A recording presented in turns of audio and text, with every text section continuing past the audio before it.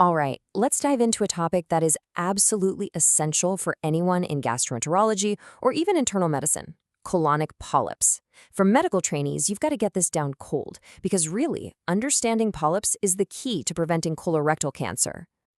So, here's our game plan. We're going to start with the basics. What exactly is a polyp? Then we'll get into the three main roads they can take: the totally benign, non-neoplastic kind, the sneaky serrated pathway, and of course, the classic adenoma pathway. And we'll wrap it all up with what you do about it, the nitty-gritty of management and surveillance. Okay, first things first. What is a colonic polyp? We'll start with a super simple definition, but then we're going to get to the single most important way we classify them, a distinction that honestly drives every single clinical decision from that point forward. So, at its simplest, a colonic polyp is just any kind of bump or growth that sticks out from the lining of the colon. Easy enough, right? But while that definition is straightforward, the real work starts with figuring out what kind of growth it is, because that's what tells us if it's dangerous. And this slide right here, this is the whole ball game. This is the fundamental fork in the road.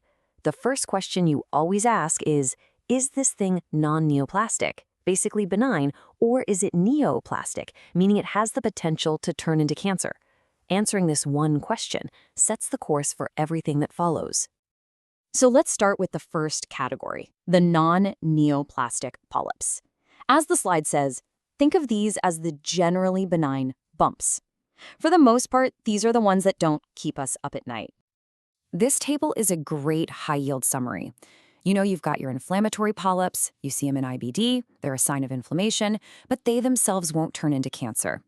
Now, the real nuance here is with hamartomatous polyps. A single sporadic juvenile polyp, no big deal, no cancer potential. But if you see Peutz-Jeghers polyps, that's a huge red flag. It points to an underlying genetic syndrome that comes with a much higher risk for many types of cancer. So the polyp isn't the problem, but what it represents is. Okay, next up is a pathway that has totally changed how we think about colon cancer over the last decade or so, the serrated pathway. These polyps are tricky.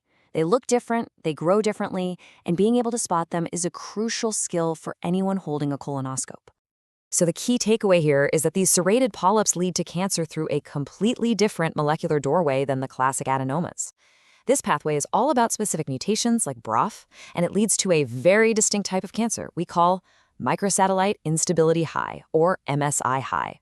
It's a different beast entirely, which is why finding its precursor lesion is so critical. Now, this is where the rubber meets the road. We've got to be able to tell the two main serrated lesions apart. On one side, you have the harmless little hyperplastic polyp, usually small, hanging out in the rectosigmoid, no real cancer risk. But on the other, you have its evil twin, the sessile serrated polyp, or SSP. These are precancerous, and they look different. They're often flat, found in the right colon, and sometimes have this subtle mucus cap that makes them incredibly easy to miss. Telling these two apart is a make-or-break skill. All right, let's switch gears to the pathway that most people think of when they hear colon polyp. This is the classic adenoma to carcinoma sequence. We've known about this one the longest, and it's the whole reason screening colonoscopy exists. And this number right here tells you why this pathway gets so much attention.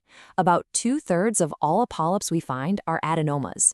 That massive prevalence is exactly why our entire screening and prevention strategy is built around one simple goal: find them and remove them. This is that step-by-step progression that can happen over many, many years. You start with a low-grade adenoma, a benign growth, but one where the cells are starting to look a little funny, what we call dysplasia. Given enough time, that can become high-grade dysplasia and then invasive cancer. The entire goal of what we do is to jump in and snip that polyp out at step 2 or 3, stopping the whole sequence dead in its tracks. Okay, if there was one definition you need to burn into your memory from this whole explainer, this is it. An advanced adenoma isn't just one thing. It's an adenoma that meets any one of these 3 criteria. It's big, 10 millimeters or more, or it has what's called villus histology under the microscope, or it has high-grade dysplasia. Finding any of these immediately puts a patient into a higher risk bucket and means we have to watch them much more closely. And this builds perfectly on that last point. The histology, what the polyp looks like under the microscope, matters a ton.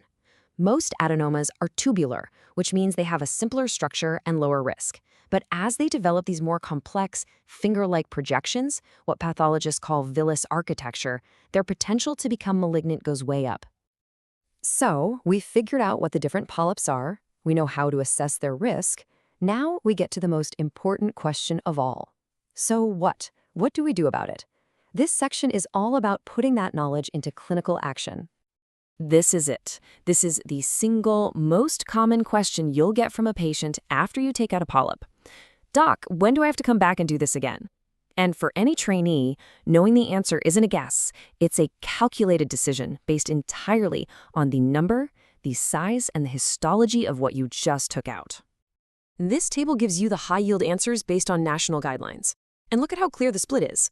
Find nothing or just a couple tiny hyperplastic polyps? Great, see you in 10 years. Find 1 or 2 small, low-risk adenomas? We're still talking a nice long interval, maybe 7 to 10 years. But, and this is the key point, the second you find an advanced adenoma or a big SSP, that interval plummets to 3 years. That's the bright line between low risk and high risk. And here's a super important clinical pearl on technique. It's not enough to just find the polyp. You have to get every last piece of it out.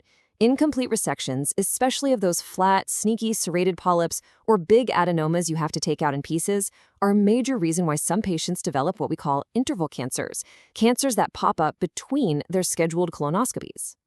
And this brings us to our final, really critical thought. Most of the time we're dealing with sporadic polyps, but you always have to be looking for patterns that might hint at something bigger. So the question becomes, at what point do you stop thinking about one-off polyps and start thinking about a hereditary syndrome? Finding more than 10 adenomas in a single exam is a massive red flag. When you see that, your alarm bells should be going off, thinking about a possible genetic cause, because that discovery doesn't just change things for your patient, it could change them for their entire family.